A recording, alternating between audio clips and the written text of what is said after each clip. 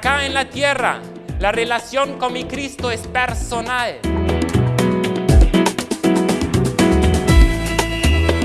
Viendo todo el panorama, viendo todo lo que el Señor ha hecho, lo que está haciendo y lo que hará, lo que conocemos a través de las Escrituras, ¿cómo no adorar a nuestro bendito Salvador?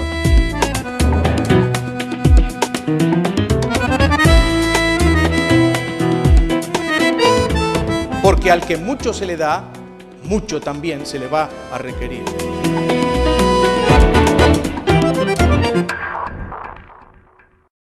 El tema que nos toca ahora es la responsabilidad frente a la pronta venida de Cristo. Frente a la venida del Señor, muchas veces tenemos algo de curiosidad. Nos surge la curiosidad, qué es lo que va a suceder, cómo va a suceder. Queremos saber estos detalles. Se cuenta la historia de un padre que estaba por acostar a su hijo y como todas las noches quería orar con él. Entonces cuando estaba allí ya acostado, el niño justo al orar, a empezar a orar, dice: papá, ¿te puedo hacer una pregunta? Entonces el papá dice: sí, claro. ¿De dónde venimos? Entonces el padre, que quería hacerla corta, dijo: del polvo de la tierra. ¿Vamos a orar? Papá, ¿te puedo hacer otra pregunta? ¿Y a dónde vamos? El padre, de una forma bien escueta: y al polvo. Entonces el niño se bajó de la cama y pasó su mano por debajo de la cama, la sacó llena de polvo y dijo: papá, ahí abajo hay uno. Ahora, no sé si viene o ya se fue. Vemos la curiosidad. Vemos que es algo típico del ser humano y obviamente relacionado con los eventos futuros, la escatología. Esto nos llama muchísimo la atención. Esto no es nuevo. Desde que existen hombres sobre la tierra, queremos saber lo que sucederá en el futuro. Queremos saber entenderlo y quizás recibir algo novedoso. Los discípulos no eran ajenos a ello y en un par de ocasiones le preguntaron al Señor mismo hicieron estas preguntas, como ya escuchamos. Por ejemplo, allí en Mateo 24, el versículo 3, le preguntaron: ¿cuándo serán estas cosas? ¿Qué señal habrá de tu venida y del fin del siglo? Luego, cuando Jesús estaba por ascender, cuando estaban allí ya sobre el monte de los Olivos, otra vez le preguntaron lo mismo: y Señor, ¿cuándo levantarás tu reino? Bien sabemos que no podemos poner fecha ni hora respecto a la venida del Señor. Lo dice bien claro el Señor allí en Mateo 24. Pero supongamos que nosotros supiéramos que Jesucristo viene dentro de un mes. ¿Cómo sería este mes, estos últimos días que estamos aquí en la tierra? ¿Cómo sería nuestro actuar? ¿Cómo sería? ¿No cambiaría en algo lo que estamos haciendo? ¿Saben? Realmente me asombró cuando empecé a preparar este tema. Cada vez que en las Escrituras se nos revela algo del futuro, o cuando ellas nos anticipan la venida de Cristo, o para el arrebatamiento, o para su venida en gloria, siempre está asociado con alguna responsabilidad. La finalidad de tratar estos temas no es llenar nuestra cabeza de conocimiento, no es saber discernir todo y encuadrar cronológicamente de una forma bien perfecta, hacer un gráfico si es posible, yo los hago, me gusta hacerlo, intentar ubicar cada evento de la escatología de los eventos futuros. Obviamente si la Biblia nos lo revela, tiene su razón de ser, tiene su importancia y está bien que comprendamos porque es el plan de Dios. Pero mucho más importante que esto, de saber organizar todo perfectamente, de saber, mira, ahora va a pasar esto, aquello y lo otro, mira, esto está relacionado con aquello y lo otro. No, mucho más importante que esto es cómo vivo el hoy. ¿Qué consecuencia tiene para mí en lo personal? Y cuando empecé a estudiar los pasajes, empecé a buscar todos los pasajes que estaban en la Escritura acerca de la venida del Señor, o sea, para el arrebatamiento, para su venida en gloria. Realmente quedé asombrado de la cantidad de pasajes que hay. Obviamente no vamos a poder verlos todos en este momento. Vamos a resaltar solo los más llamativos. Pero todos ellos están relacionados con alguna responsabilidad. No es llenar la cabeza. No es saber mucho y después demostrar, mira, viene el arrebatamiento, después se manifiesta el anticristo, la gran tribulación, la venida de Cristo en gloria. Está bien que lo sepas, pero la idea no es esta. Cada vez que en la Escritura se toca el tema del futuro, esto tiene una consecuencia personal para mi vida hoy y ahora. Entonces, lo quise dividir en 3 tipos de responsabilidades. En primer lugar, la responsabilidad en lo personal. En segundo lugar, la responsabilidad frente al prójimo. Y en tercer lugar, la responsabilidad frente a Dios. Entonces, quisiera empezar con nuestra responsabilidad en lo personal. El primer concepto, la santidad o la santificación.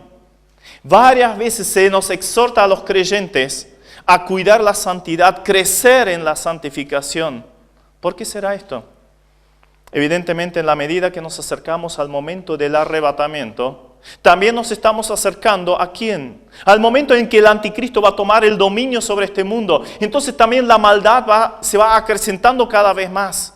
La influencia del pecado se hace cada vez más fuerte. La noche se avanza cada vez más. La oscuridad, obviamente, es cada vez más profunda. La inmoralidad ya es moneda corriente. La avaricia se ve por doquier y hasta se ve como algo positivo. Sabe administrar bien. Es buen administrador. Se practica en todos los escalafones de la sociedad. La maldad en toda forma se practica sin frenos. Vivimos en un mundo absolutamente decadente, marcado por el pecado, por el engaño, en todas sus formas. Ahora, ¿el creyente está expuesto a esto? Claro que sí, claro que sí. Y la vieja naturaleza también lo quiere llevar justamente al pecado. Y ni que hablar Satanás, nuestro enemigo. La pornografía es uno de los grandes flagelos entre los creyentes hoy en día. Estos días leía de evangélicos, miren, evangélicos en Brasil, hasta pastores que practican el nudismo en las playas de Brasil. Pero no vayamos a los extremos. Seguramente no conocen a nadie que guarde rencor contra algún hermano, ¿no? Tenga alguna raíz de amargura, que cometa algún tipo de pecado. El apóstol Pablo exhorta con vehemencia allí en Romanos 13, los versículos 12 al 14. La noche está avanzada y se acerca el día. ¿Qué día? El día de Jesucristo. Por lo tanto, desechemos, pues, las obras de las tinieblas y vistámonos las armas de la luz. Andemos como de día honestamente, no en glotonerías y borracheras, no en lujurias y lascivias, no en contiendas y envidias, sino vestíos del Señor Jesucristo y no proveáis para los deseos de la carne. ¿Qué significa proveer para los deseos de la carne? Es alimentar la carne. Es mirar, escuchar, estar en los lugares con las personas que hacen justamente florecer, crecer los deseos de la carne. Estamos alimentando la carne. Ahora, cuando alimentamos la carne, nuestros pensamientos se van llenando de basura. Y por eso el Señor Jesucristo era tan enfático hacia los pensamientos. ¿Recuerdan cuando dijo, a los antiguos fue dicho no adulterarás? Pero yo os digo, va a la esencia del asunto, va al meollo del asunto. El que mira a una mujer para codiciarla ya adulteró. O sea, del pensamiento al hecho, ya es un trecho chiquitito. Y así en otras áreas también Jesucristo siempre iba a los pensamientos. Es que ahí se origina todo. Salomón decía, tal cual es el pensamiento del hombre, tal es él. O sea, nuestros pensamientos manejan nuestros hechos. Se reflejan luego en nuestros hechos. Por eso es tan importante tener una mente absolutamente sujeta a Cristo y no alimentarla con estas cosas dañinas que vemos continuamente a nuestro alrededor y a las cuales casi no podemos esquivar. El Señor juzgaba los pensamientos y nosotros. Entonces Juan allí en ese pasaje tan conocido, 1 Juan 3:3, el que tiene esa esperanza, o sea, fíjense cómo lo relaciona, el que tiene esa esperanza de la pronta venida del Señor, Se purifica como Él es puro. Se purifica a sí mismo como Él es puro. ¿Somos qué de Cristo? ¿Qué somos de Cristo? La novia. ¿Y cómo quiere el novio, que está a las puertas, que está por venir, encontrar a su novia? Lo dice Pablo en Efesios 5:27. Él quiere presentársela a sí mismo una iglesia gloriosa, que no tuviese mancha ni arruga ni cosas semejantes, sino que fuese santa y sin mancha. ¿Cómo está nuestra vida en relación a esto? ¿Hay algo que todavía permitimos allí? ¿Hay algún pecadito con el cual estamos jugando y que decimos, pero no es tan serio así, no hay que ser tan estricto, no hay que ser tan exagerado? Y todo el mundo lo hace. Todo el mundo va a cierto lugar, todo el mundo practica determinada cosa y bueno, porque yo no. Santidad, ¿cómo estamos? Íntimamente relacionado con esto está la dedicación a la palabra. ¿Qué lugar ocupa la palabra de Dios en nuestra vida?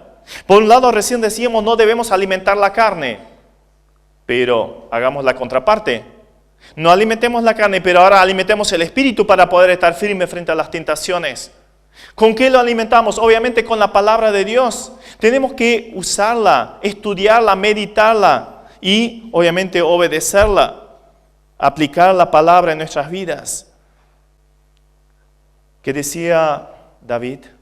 En mi corazón he guardado tus dichos para no pecar contra ti. En mi corazón. ¿Recuerdan la tentación de Jesús? Tentado por Satanás allí en el desierto y las 3 veces superó la tentación. Porque era muy inteligente, porque sabía defenderse. ¿Dónde estaba la cuestión? ¿Dónde estaba la fortaleza? ¿Cómo consiguió vencer la tentación? Dándonos un ejemplo también en ello. Escrito está, escrito está, escrito está. La palabra en el corazón. Ahora la palabra no solo nos ayuda a vencer el pecado, evitar el pecado, sino también obviamente es un factor de crecimiento, nos hace desarrollar, crecer. Y eso es lo que necesita el creyente continuamente, tiene que ir a la fuente. Si nos alimentamos 3-4 veces por día, y como escuchábamos, ¿no? A veces hasta aumentando demasiado en circunferencia, ¿no? En vez de crecer hacia arriba, crecemos hacia los costados. Tenemos que crecer en lo espiritual. ¿Y cómo nos alimentamos? ¿Cómo está nuestro alimento? ¿Es apenas comida chatarra? ¿O realmente nos alimentamos? Cuando habla de todo lo que es el futuro, el apóstol Juan, al introducir nada menos que el libro de Apocalipsis, o sea, fíjense qué libro, todo futuro, ¿qué señala? Apocalipsis 1:3, una preciosa introducción. Bienaventurado, o sea, muy bendecido. ¿Quieres que tu vida sea bendecida? Obviamente todos queremos eso. Bueno, hagamos esto. Bienaventurado, o sea, muy bendecido todo aquel que hace ¿qué? El que lee. Los que oyen y los que guardan las palabras de esta profecía. ¿Por qué? Porque el tiempo está cerca. ¿Se dan cuenta que como cada pasaje está relacionado con la venida del Señor y cada pasaje que habla de la venida del Señor tiene una responsabilidad en lo personal? En este caso es obediencia. La presencia de la palabra en nuestra vida es la obediencia. ¿Quieres una vida bendecida? Si supiéramos que Jesucristo, como poníamos como suposición, viniera dentro de un mes, ¿cómo sería este mes? ¿No sería así que cada día estaría allí en la presencia de la palabra de Dios, alimentándome con ella, buscando, meditando, profundizando, estudiando y obviamente obedeciendo la palabra? ¿No sería así? Obviamente.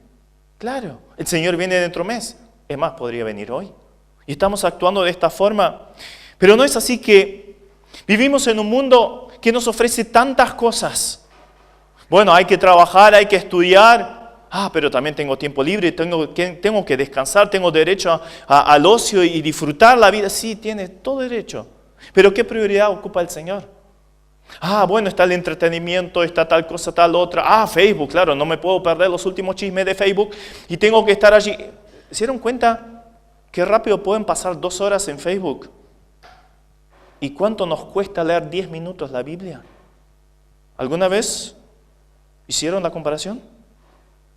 2 horas. Así, pasan volando en internet. Tendríamos que tener menos Face y más book. ¿Entienden, no? La palabra.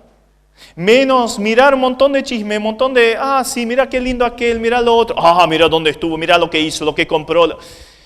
Queridos, Dios te quiso hablar y escuchó oídos sordos, o encontró oídos sordos. Relacionado con esto, obviamente, también, al lado de la meditación de la palabra, también tiene que estar la oración. No puede estar separado. Pedro, cuando habla acerca de este tema, asocia la venida del Señor con la necesidad de velar en oración. 1 Pedro 4:7 dice, mas el fin de todas las cosas se acerca. Sed pues sobrios y velad en oración. ¿Sabían ustedes que justamente la exhortación a velar en el Nuevo Testamento es una de las exhortaciones más repetidas? Se repite 30 veces en forma directa o indirecta. Evidentemente, hay una necesidad para que haya tanta repetición. No lo estamos haciendo. No estamos velando en oración. ¿Cuánto tiempo le has dedicado hoy a la oración? 5 minutos y gracias por los alimentos, si es que nos acordamos orar. No puede ser eso. Eso no es vida de oración. Me acuerdo cuando con mi esposa estábamos de novios, yo iba a la casa de ella, pasábamos toda la tarde juntos, y hablando. Después me iba a mi casa, y apenas llegaba a casa, era llamarla por teléfono que había llegado bien. Y hablaba otra hora más. No saben lo que era la cuenta de teléfono. En aquel momento no existía el celular y los números free. Entonces, claro, era todo un tema, era muy caro, ¿no? Pero ¿por qué? Nos amábamos y teníamos que hablar. Ahora, ¿amas al Señor? Bueno, demuéstralo. ¿Amas al Señor? Habla con Él. Dedica tiempo específicamente para estar en comunión con Él, porque el Señor está cerca. En cuarto lugar, no podemos dejar de lado el tema de la comunión. Comunión con los hermanos, o sea, el congregarnos, no puede faltar. ¿Cuántas veces ya escuché, yo estoy bien en mi casa?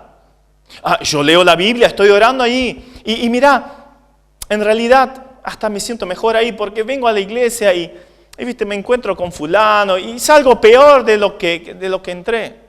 Qué triste que así sea. Pero todos necesitamos la comunión. Y en un altísimo porcentaje depende de nosotros mismos, de cómo salimos de la iglesia, habiendo recibido o que la palabra simplemente pasó delante de nosotros, porque nuestra atención estaba puesta en hermanos o en situaciones. ¿Recuerdan el pasaje más conocido respecto a el congregarnos? Creo que todos lo sabemos de memoria, ¿no? Allí en Hebreos 10:25. No dejando de congregaros como algunos lo tienen por costumbre, pero ¿saben a qué asociado está esta exhortación? Sigue diciendo, más aún que aquel día se acerca. Aquel día, la venida del Señor está cerca. Entonces no puedo dejar de congregarme. Saben, a medida que van avanzando los tiempos, realmente pareciera como si los creyentes se convirtieran en golondrinas. Las golondrinas, apenas cambia la estación, se van. Y los creyentes van cambiando de iglesia. No, acá ya no me gustó, me voy a otro lado. Hermanos, no dejando de congregarnos, dice la palabra de una forma bien clara y precisa. También, en quinto lugar, otra responsabilidad personal es la firmeza frente al engaño.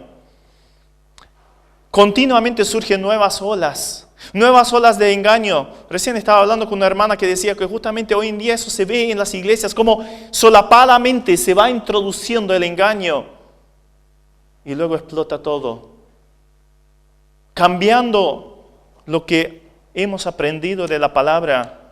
De repente hay una nueva revelación, de repente hay algo nuevo, algo extraordinario.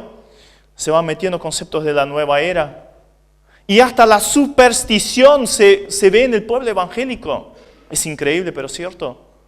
Y así el engaño en todas las áreas. Segunda Tesalonicenses 2:1, el apóstol Pablo dice, pero con respecto a la venida de nuestro Señor Jesucristo y nuestra reunión con Él, ahora viene la responsabilidad. Os rogamos, hermanos, que no os dejéis mover fácilmente de vuestro modo de pensar. Entonces, para estar firme frente al engaño, para que no me arrastre como la ola del tsunami, yo tengo que estar bien afirmado. ¿Cuál es el fundamento? Cristo, la doctrina, la palabra. Tenemos que estar bien parados. De lo contrario, nos va a arrastrar. Se cuenta que los que trabajan en los bancos los ponen a contar por mucho tiempo, mucho dinero. Contar. ¿Y para qué? Para diferenciar lo bueno de lo malo, pero están contando billetes buenos. Esa es la idea. A medida que van conociendo cómo es la textura del billete bueno, la van asimilando. Y luego le ponen un billete falso y enseguida salta. Enseguida se dan cuenta, es ese. ¿Por qué? Porque estuvieron contando los buenos.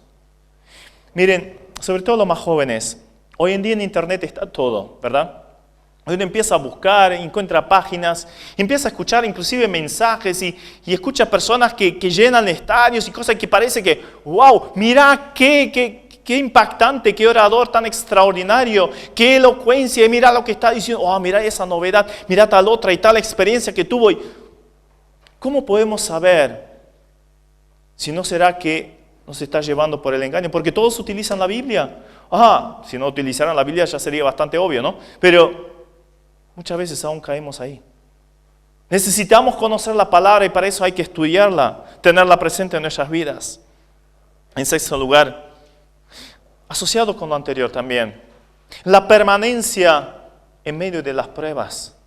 Sí, tenemos que pasar por pruebas. Las pruebas son necesarias. ¿Y saben para qué? La Biblia justamente lo muestra. Para preparar nuestra vida para la venida del Señor. Para hacernos madurar, hacernos crecer, acercarnos más al Señor. Así lo dice, por ejemplo, Pedro, 1 Pedro 1:6. En lo cual vosotros os alegráis, aunque ahora por un poco de tiempo, si es necesario, tengáis que ser afligidos en diversas pruebas. Para que sometida a prueba vuestra fe, mucha más preciosa que el oro, el cual, aunque perecedero, se prueba con fuego, sea hallada en alabanza, gloria y honra, cuando sea manifestado Jesucristo.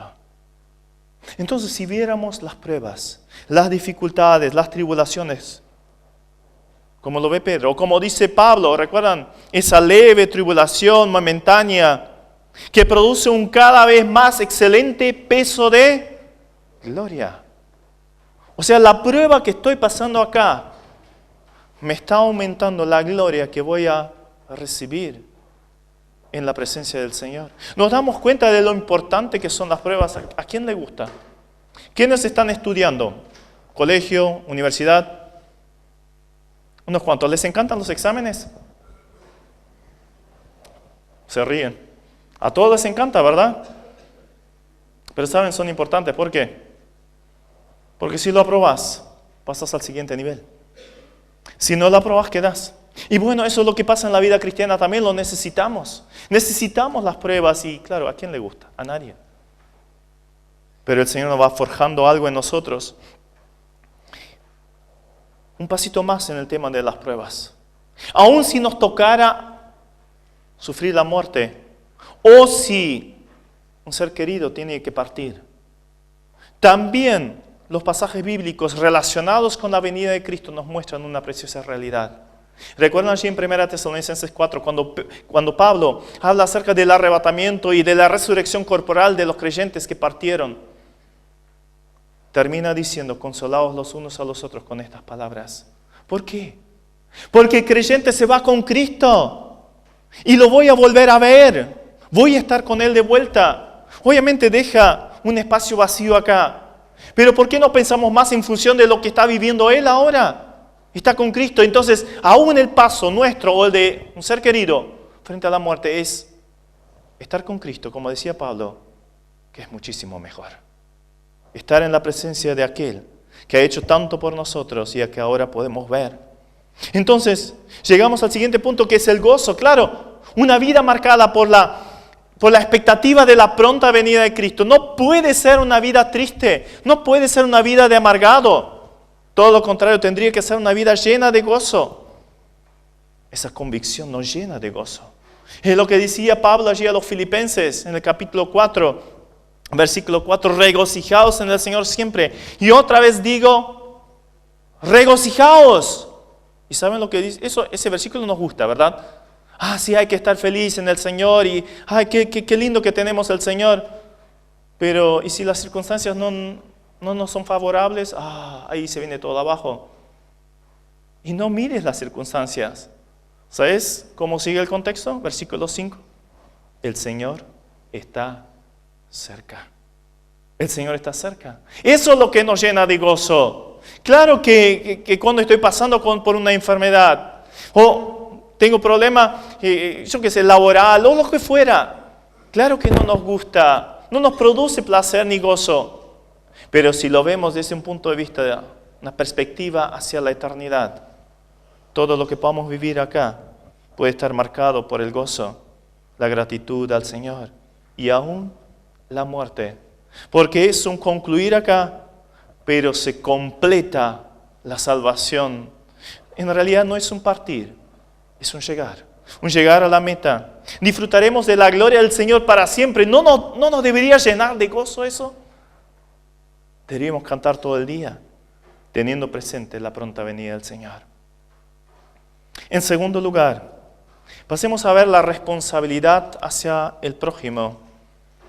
Vimos la responsabilidad hacia uno mismo. Ahora miremos un poquito a nuestro alrededor.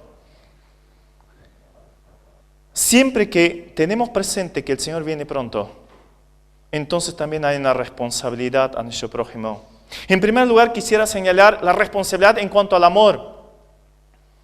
Es que justamente una de las señales de que el Señor está por venir se manifiesta en la falta de amor. ¿Por qué? Porque el príncipe de este siglo se está por manifestar. Satanás va a enviar al anticristo y a medida que este momento se acerca, se va oscureciendo todo y también el amor se está apagando. ¿Y no era lo que dijo Jesucristo? Mateo 24. Por haberse multiplicado la maldad, el amor en muchos se enfriará. Y el apóstol Pablo, cuando habla de las características de las personas del tiempo final, justamente resalta que son absolutamente egocéntricos, que es amor propio continuamente. Todo está enfocado hacia uno. Y entonces uno se olvida de los que están alrededor. Les leo allí en 2 Timoteo 3:2. ¿Cómo se caracterizan? Son amadores de sí mismos, avaros, vanagloriosos, soberbios, blasfemos, desobedientes a los padres, ingratos, impíos, sin afecto natural. Ahí la palabra, esa expresión sin afecto natural en el original tiene la idea sin entrañas, o sea, lo que por naturaleza solemos amar, o sea, un niño chiquito, un bebé, nuestra familia, sin afecto natural. O sea, somos capaces de las peores atrocidades, o más bien esas personas son capaces de las peores atrocidades, porque no tienen afecto natural. Implacables, sigue diciendo, calumniadores, intemperantes, crueles, aborrecedores de lo bueno, traidores, impetuosos, infatuados, amadores de los deleites, más que de Dios. A ver, ¿ven algo de esto en la sociedad en la cual estamos viviendo? Yo encuentro cada una de esas expresiones, la encuentro en cada informativo que miro, en cada diario que leo, simplemente el salir a la calle. Vemos esas características. La marca distintiva de este tiempo final es el amor propio, el amor egocéntrico, egoísta y la falta del amor verdadero, el amor que se da hacia afuera. Las evidencias de esta realidad se observan por doquier. Violencia familiar, abusos, violaciones, asesinatos, abortos, divorcios, y así podemos seguir una lista infernal de cosas.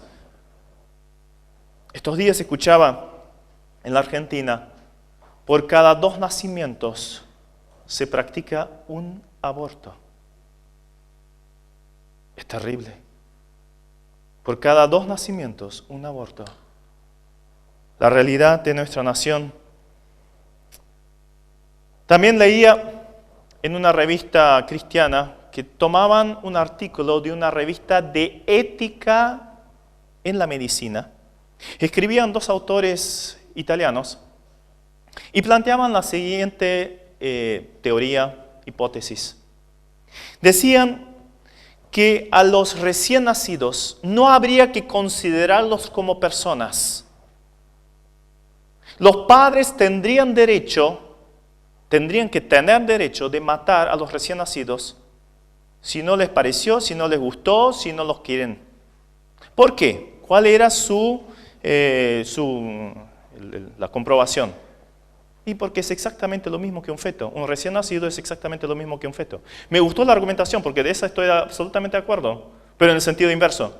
Yo estoy en contra del aborto. ¿Por qué? Porque veo que son exactamente lo mismo. Una criatura no nacida es lo mismo que la nacida. Tiene la misma capacidad, ya está todo listo para ser una persona como cualquiera de nosotros.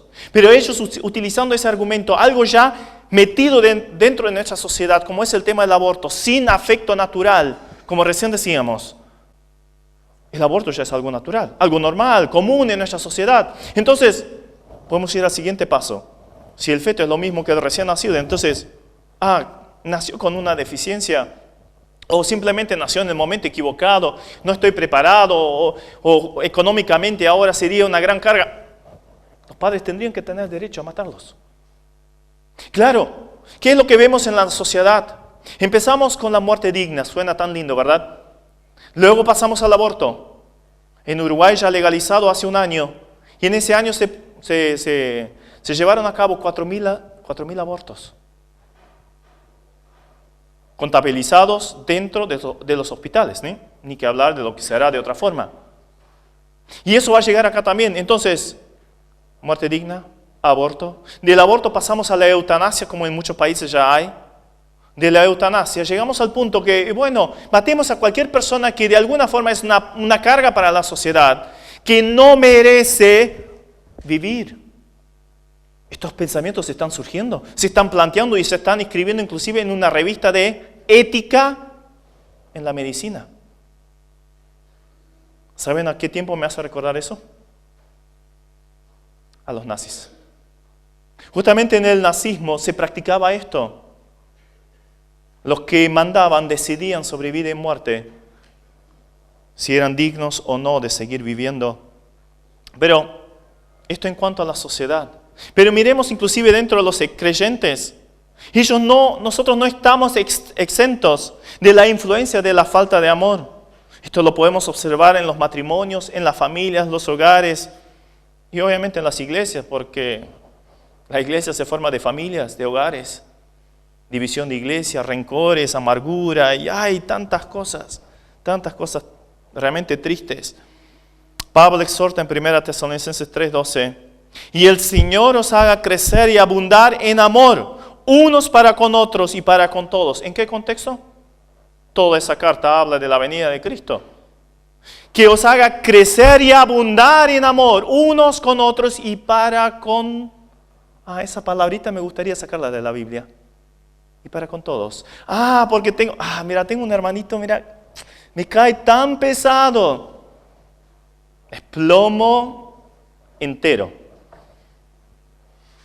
Dice acá con todos. No hay una excepción. No hay un hermanito, una hermanita o lo que fuera que podríamos dejar de lado y decir, no, este no me sirve. Lo tengo que amar igual. Si hasta los enemigos somos llamados a amar, ¿cuánto más a un hermano en Cristo? Y acá dice inclusive todos. En Filipenses 4:5, Pablo dice, vuestra gentileza sea conocida de... Adivinen qué palabra podría poner ahí. Todos. ¿Y cuál es la asociación? El Señor está cerca. Es con todos. La NBI pone que su amabilidad sea evidente a todas. Me encantó esa expresión. Somos amables con nuestro vecino, aunque no te salude.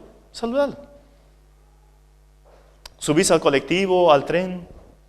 Amabilidad, ceder un asiento. Vieron que eso ya medio que pasó de moda, ¿no?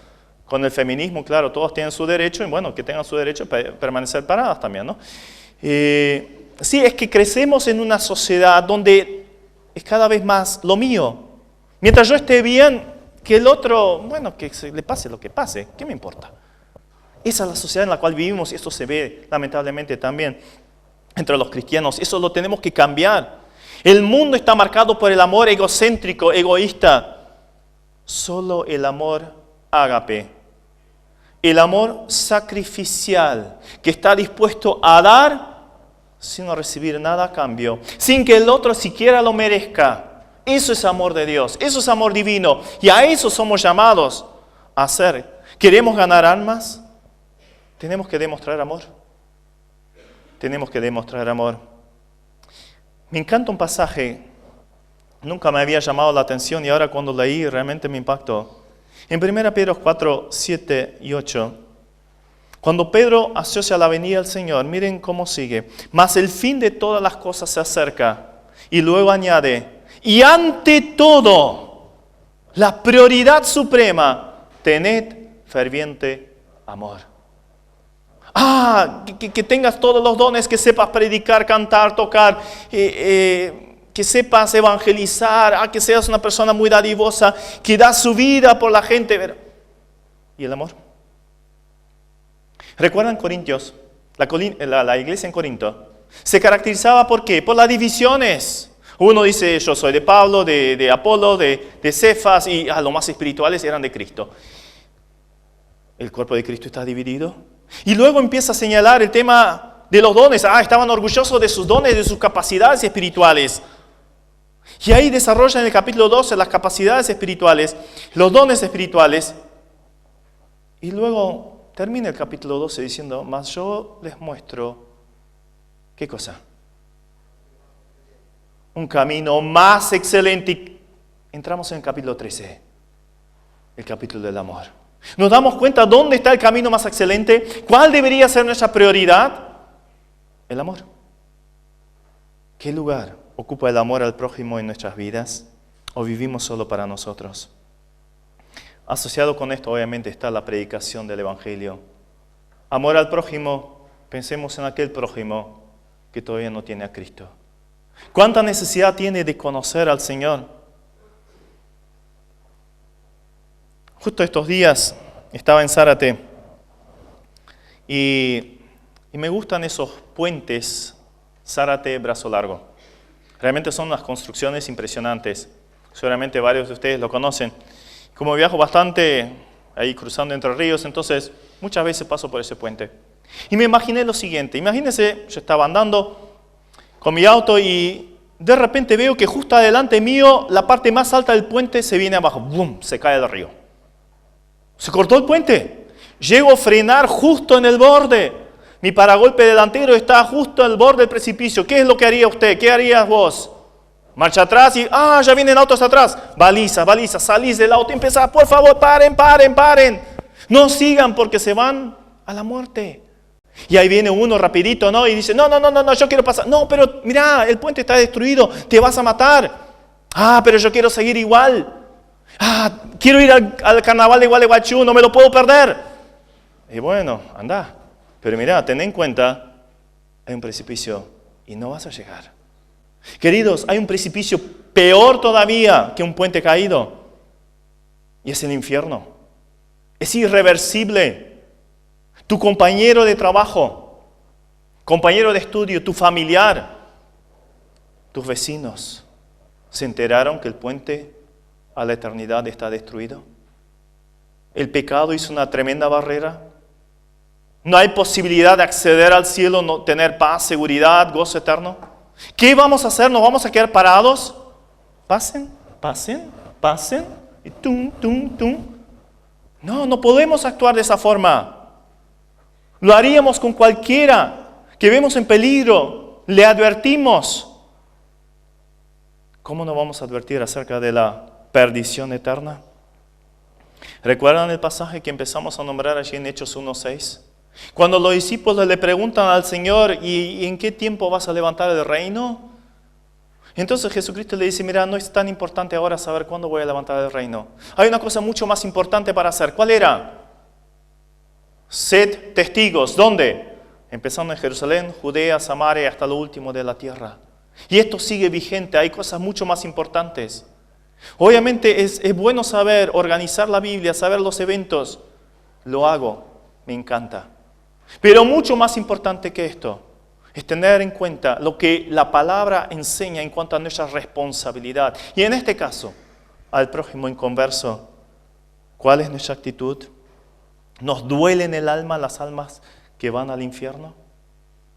¿Tenemos pasión por las almas? Y así llegamos a la tercera responsabilidad, la responsabilidad frente al Señor. Y también allí aparece el amor.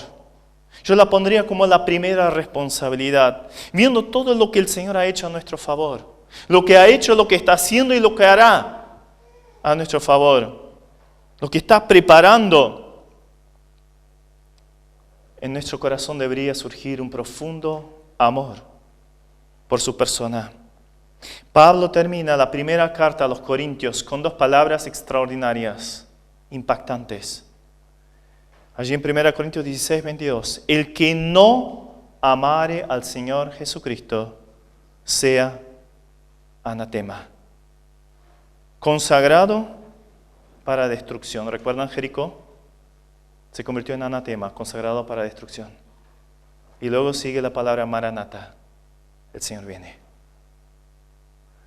El que ama al Señor también está preparado y ama la venida del Señor. Frente a la venida del Señor uno no puede de otra forma que amarlo. El que no ama es anatema. Relacionado con esto, tenemos que pensar, bueno, ¿cómo amo al Señor? Bueno, entonces canto estas preciosas canciones, y hay unas canciones fabulosas que están surgiendo, que hablan de consagración, me rindo a ti, te amo, y tantas cosas preciosas que uno canta, y a veces solo de labios para afuera. ¿Saben en qué se manifiesta o cómo me enseña la Biblia? ¿Cómo se manifiesta el amor hacia el Señor? Porque de palabras somos bien rápidos. El problema está en los hechos, y justamente a eso quiere llevarnos el Señor. El que me ama, guarda mis mandamientos. Ahí se demuestra el amor. Pero mira, no hay que ser tan estricto. No hay que ser tan exagerado, eres un dinosaurio. Mira, las cosas también se pueden tomar un poco más livianas, hay que disfrutar la vida, y además todo el mundo lo hace. No, para. El que me ama, guarda mis mandamientos. Entonces, ¿hay amor en nuestra vida? En segundo lugar, la responsabilidad frente al Señor, el servicio fiel. La gratitud al Señor también se refleja en el servicio. ¿Recuerdan cuando el apóstol Pablo le escribe a los tesalonicenses allí en su primera carta? Resume la vida cristiana con dos actividades. Os convertisteis de los ídolos ¿para qué? Para servir al Dios vivo y verdadero y esperar a Jesús. En eso se resume la vida cristiana. En servir al Señor y esperarlo. En eso se resume todo. Así lo escribe a los tesalonicenses. ¿Se dan cuenta entonces de la responsabilidad que tenemos frente al Señor, el servicio? La marca distintiva de cada creyente tendría que ser el servicio. Y si no está sirviendo al Señor, entonces evidentemente está en falta.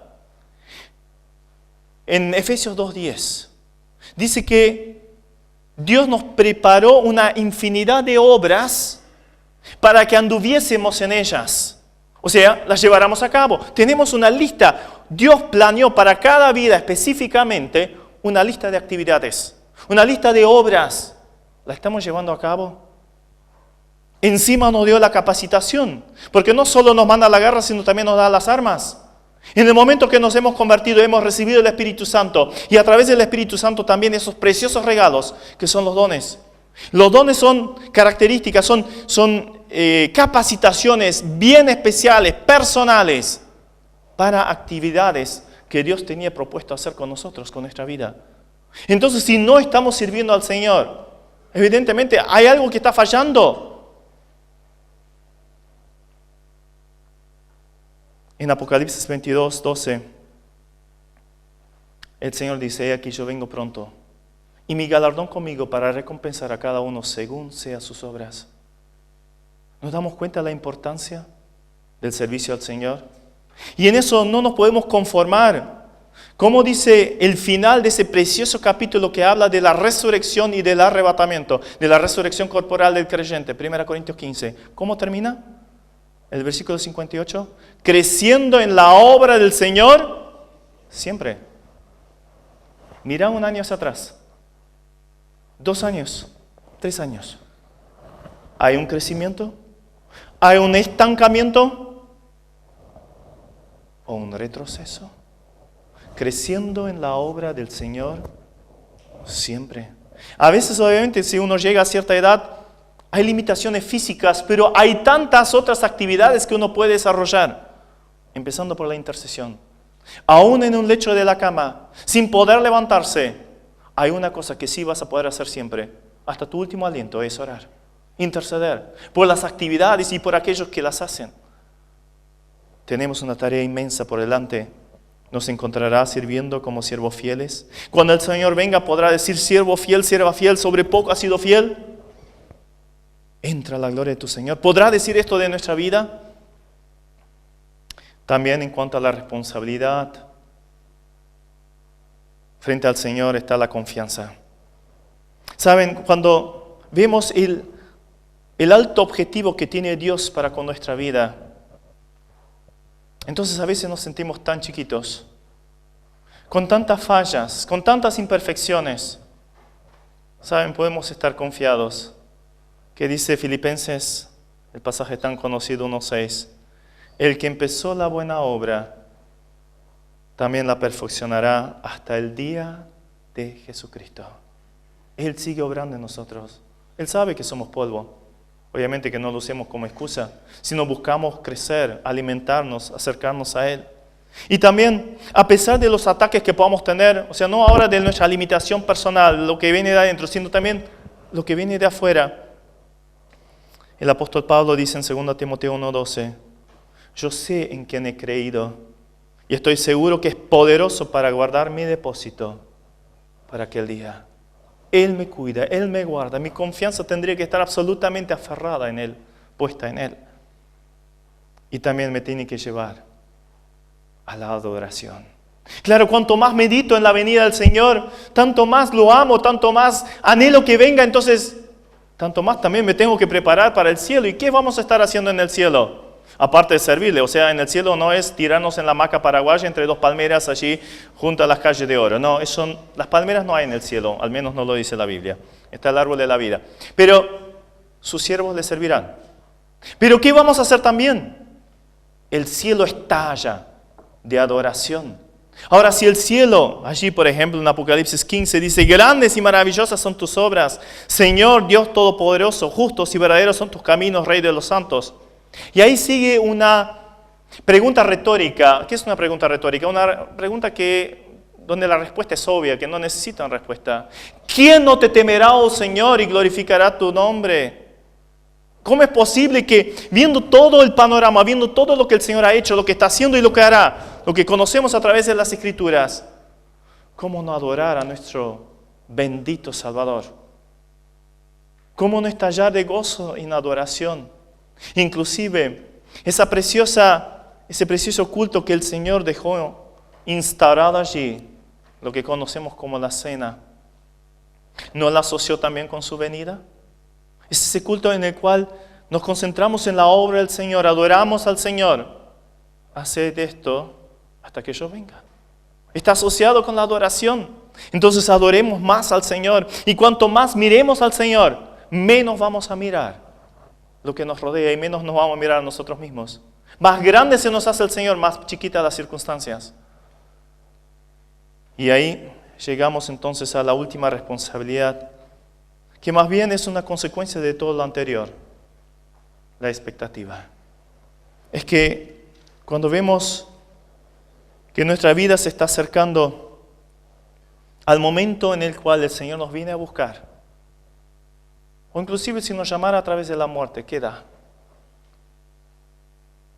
Nuestra vida tendría que estar llena de expectativa, de gozo. Justo estos días escuchaba de un querido hermano, algunos quizás lo conozcan, Carlos Morris. Contaba cómo falleció su esposa. Estaban cantando alrededor de la cama, un himno tras otro. Y ella quería que siguieran cantando y así se fue a la presencia, con una paz profunda, expectativa. Yo me voy con el Señor. Yo me voy con el Señor. ¿Es esa nuestra expectativa? Toda nuestra vida tendría que estar marcado por ello. Por eso Pablo escribe a Tito en 2:13 de Tito, aguardando la esperanza bienaventurada de la manifestación gloriosa de nuestro gran Dios y Salvador, Jesucristo. A los tesalonicenses escribe casi lo mismo, y esperar de los cielos a su Hijo, al cual resucitó de los muertos. Esperar. Todo nuestro pensar, actuar y vivir debería estar en función de esta expectativa. ¿Por qué? Porque nuestra ciudadanía está en los cielos. ¿De dónde esperamos a quién? A nuestro Salvador, el Señor Jesucristo. A veces somos tan ciudadanos terrenales, tan enfocados a lo terrenal, a lo cotidiano, a ganar plata, a lo pasajero, y nos olvidamos que